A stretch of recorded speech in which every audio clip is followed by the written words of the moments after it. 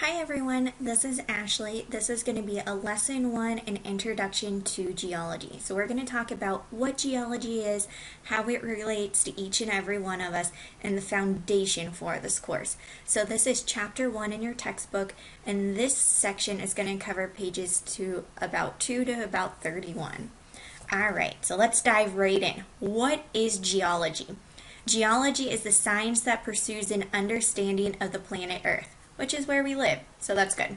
This does not focus on rocks, just on rocks, but all the processes that happen on Earth, including erosion, earthquakes, volcanoes, rivers, oceans, landslides, and so much more.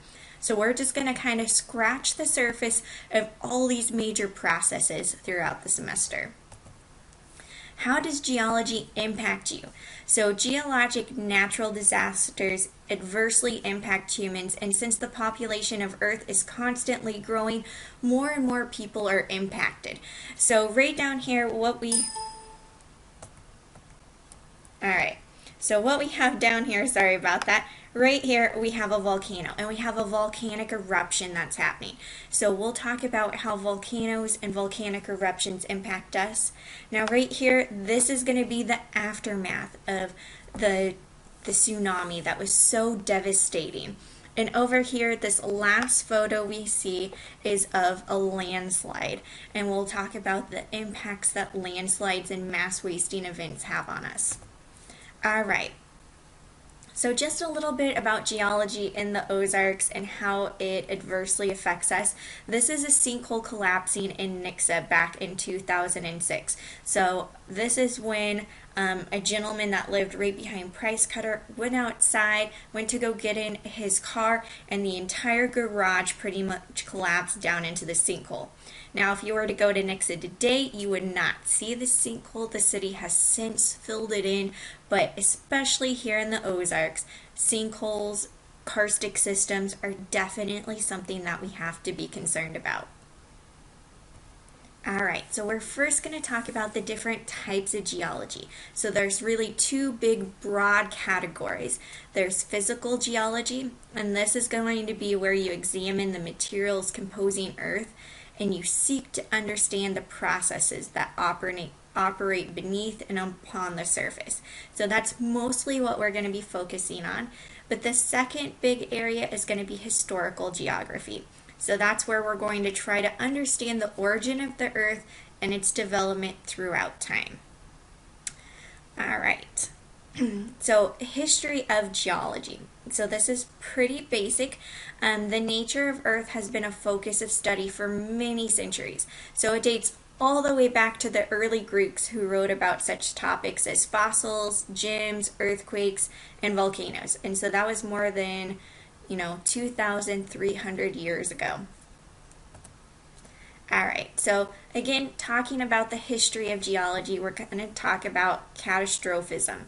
So in about the mid-1600s, Archbishop James Ussher constructed a chronology of human and Earth history. So in this, Earth was only about a few thousand years old, created in about 4004 BC. So during the 17th and 18th century, the doctrine of catastrophism strongly influenced people's thinking about Earth. Now, these believers thought that the Earth's landscape had been shaped primarily by great catastrophes. So those are what we kind of talked about earlier. So volcanic eruptions, flooding, tsunamis, landslides, those types of catastrophes. So features such as mountains and canyons were produced by sudden and often worldwide disasters. Alright, now the birth of modern geology began back in the 1700s with James Hutton, who published the theory of Earth. So this is where we introduced the principle of uniformitarianism. So this is fundamental when we're talking about geology.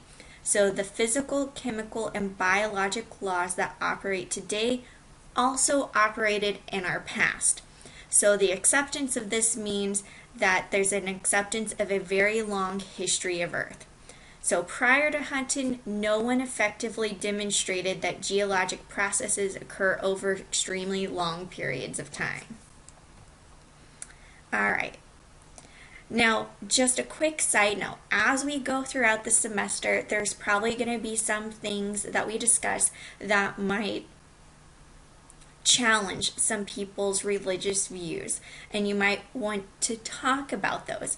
This class is not the place for that. So we are primarily focusing on geology and the theories that have been presented by scientists over time. I'm not here to challenge anyone's beliefs, but we're here simply to talk about geology as a science. All right, so talking a little bit about geologic time, geologists are now able to assign fairly accurate dates to events in the history of Earth by using two different methods. So we'll talk about this in depth later in the semester, but just to kind of get an idea, the first one is using relative dating and the geologic time scale. So dates are placed in their proper sequence or order without knowing their age in years.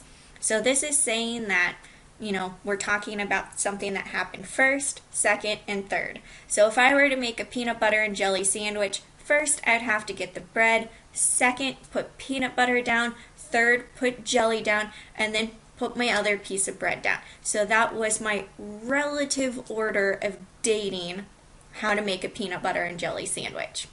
Now the second is principles of relative age dating. We're going to be using the law of superposition and the principle of fossil succession. All right, so this is just a very basic idea of the geologic time scale. So it has the eras, the periods, what the rocks might have looked like, the dominant life forms, and some index fossils. And so you can see, sorry about that, you can see that the ages here vary all the way from the Cenozoic down to the Precambrian. So there's a significant amount of time that is demonstrated on the geologic time scale. All right, so talking about scientific inquiry. So science assumes that the natural world is one, that it's consistent, and two, that it's predictable. Now the goal of science is to, one, discover the underlying patterns in nature, and two, use the knowledge to make predictions about things that are going to happen in our future. So scientists will collect facts through observation and measurements. So that's what we're going to really focus on when we talk about labs, where we're going to be making lots of observations and you're going to also be making measurements. So how or why things happen are explained using, first, a hypothesis, which is a tentative or an untested explanation. A hypothesis that has survived extreme scrutiny becomes a theory. A theory is a well-tested and widely accepted view that scientific community agrees is the best explanation for certain observable facts. All right. Now, for scientific methods, we've all talked about this. It's been ingrained in us since we were little, so this is just going to be a very small overview of scientific methods. So scientific methods include gathering facts through different observations, formulating hypotheses and theories. So there's going to be no fixed path that scientists follows that leads to scientific knowledge. So if I were to approach a subject such as, why gold forms in one location and not in other, I might go through steps A, B, C, and D. Now, if my colleague, whoever it is, approaches the same subject matter, instead of going through A, B, C, D, and E, they might do A, D, F, and G. So we never have to follow a fixed path. Scientists take very different paths, and most of the time we reach the same goals. All right. So many scientific investigations will include collecting scientific facts through observation and measurement, developing one or more working hypotheses or models, development of observation and experiments to test the hypotheses or models, then you're going to re-examine that hypothesis, or either based on that you're going to accept it, modify it, or reject it. Now, still other scientific discoveries result from purely theoretical ideas which stand up to extensive examination, are totally unexpected occurrences during an experiment. Alright, so again, this is going to be the scientific method that's revisited. So you question, you gather, hypothesize, experiment, conclude, and report. So this is going to be an important foundation for us all to remember as we go throughout the semester. There'll be several times where I ask you to hypothesize what some observations and measurements could mean. Now, when I ask you to do that, we're going to be doing an educated guess based on the outcome. We're going to make predictions based on cause and effect. Alright, so we're going to move on to what the 4 spheres of the Earth are. So there's 4 spheres. We have the biosphere, hydrosphere, geosphere, and the atmosphere. So we're going to talk about each one of these in a little bit more depth. So the hydrosphere. So hydro meaning water. So this is the global ocean. So the most prominent feature of the hydrosphere. So nearly 71% of the Earth's surface is contained in the hydrosphere, and about 97% of all of Earth's water is based in the hydrosphere. So this also includes water found in streams, lakes, and glaciers. So on the image down below, you can see this massive view of all the water. So that is the hydrosphere here. Alright, so next is the atmosphere. This is the life-giving gaseous envelope that surrounds the Earth. So without an atmosphere, many of the processes that shape the Earth's surface wouldn't be able to operate. So we're talking about wind, which produces erosion, different things like that. Alright, so the biosphere. This includes all life on Earth, even us, and it influences the makeup and nature of the other 3 spheres. So in the image below, it's pretty easy to see what the biosphere is. We have trees that are growing up. We also have these flowers down through here. And you can see a lot of different greenery in all of the image. So some of it's related to trees, some of it might be related to something else, but that's what's making up the biosphere in this image. Alright, so the geosphere, this extends from the surface of the Earth down to the center of the planet. So this is the largest of all 4 spheres. So geo, think about rocks and stuff like that. So when we're looking at this image, we see this beautiful arch here made up of rock. That would be part of the geosphere. Same with all of these rocks down through here. We have the canyon right over in here. All of that is part of the geosphere. Now, up here, what we're looking at, this is going to be the atmosphere. That's the envelope that surrounds the Earth. Alright, so we're going to test our knowledge. So what sphere interactions do you see? First, we need to identify what spheres we even see, right? So remember, we have the biosphere, hydrosphere, atmosphere, and the geosphere. So this is a dam that's down at Table Rock Lake. Now, first off, I see the hydrosphere. That's all the water that's down here.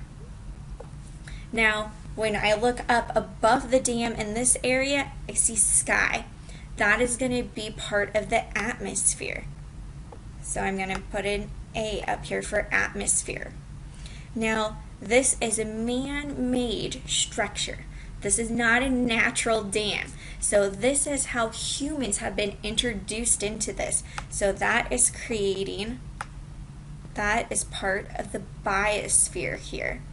But in addition to it being a biosphere, we're going to add a little plus sign.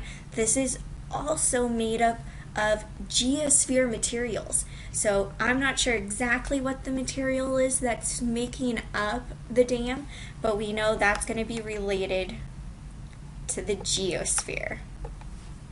All right, so those are what spheres we see. So let's think about how they're all interacting together.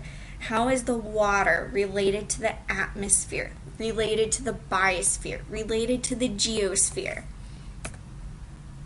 All right, so this is how we're going to break it down. Humans, the biosphere, built the dam out of rock materials, which is our geosphere. Water in the lake, hydrosphere, seeps into the cliff walls behind the dam, becoming groundwater, geosphere, or evaporating into the air, which is the atmosphere.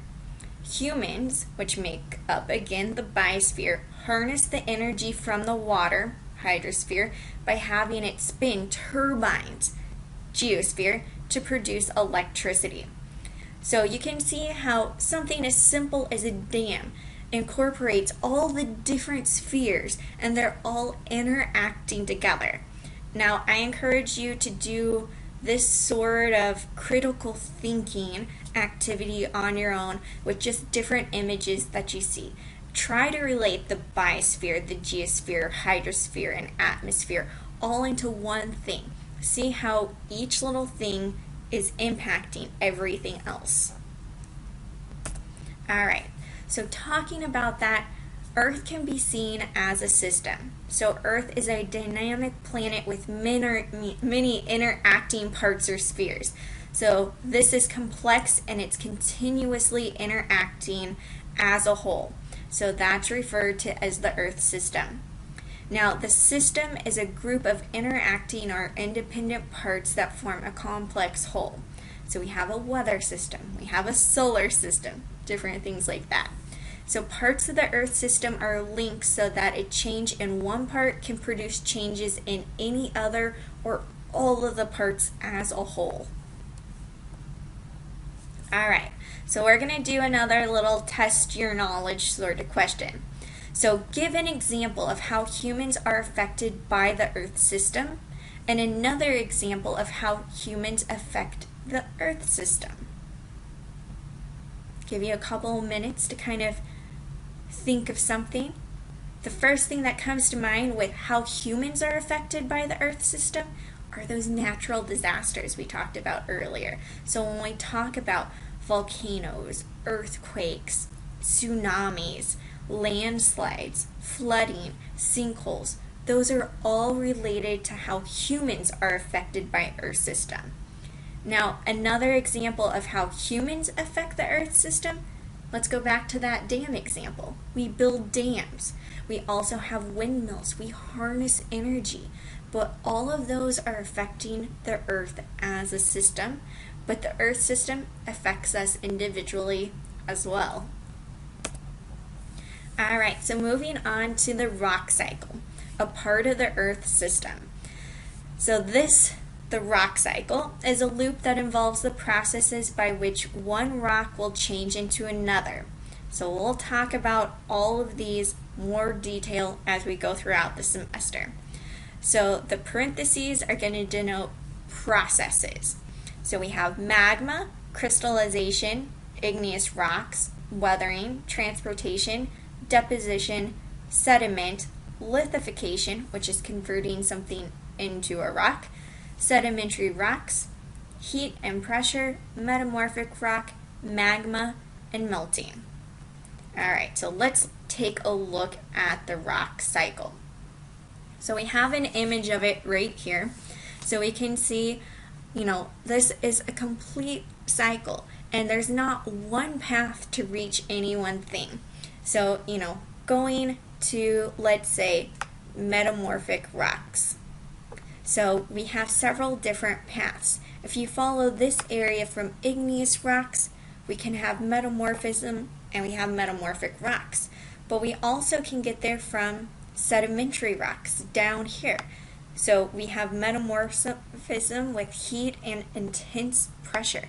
So there's several different ways to get to any one part of the rock cycle. So they're all interacting and connecting to one another. All right, so just talking about next steps and additional information. So what you need to do now is complete Lab 1, which is based off of topographic maps. You're going to complete Lesson 1 reading quiz. So this is a 10-question quiz that goes over material not only covered in the lesson that I presented, but also textbook information. So it, again, 10 questions, worth 10 points, unlimited times that you can take it, and there's no time constraint on it. Just have it turned in by the due date. Now, some optional material and exercises.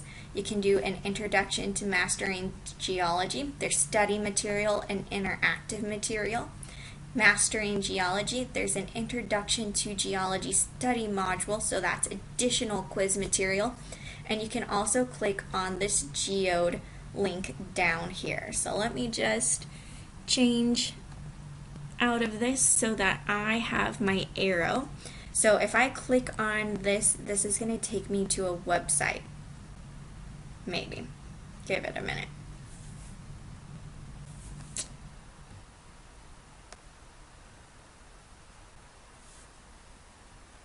So Geode Earth,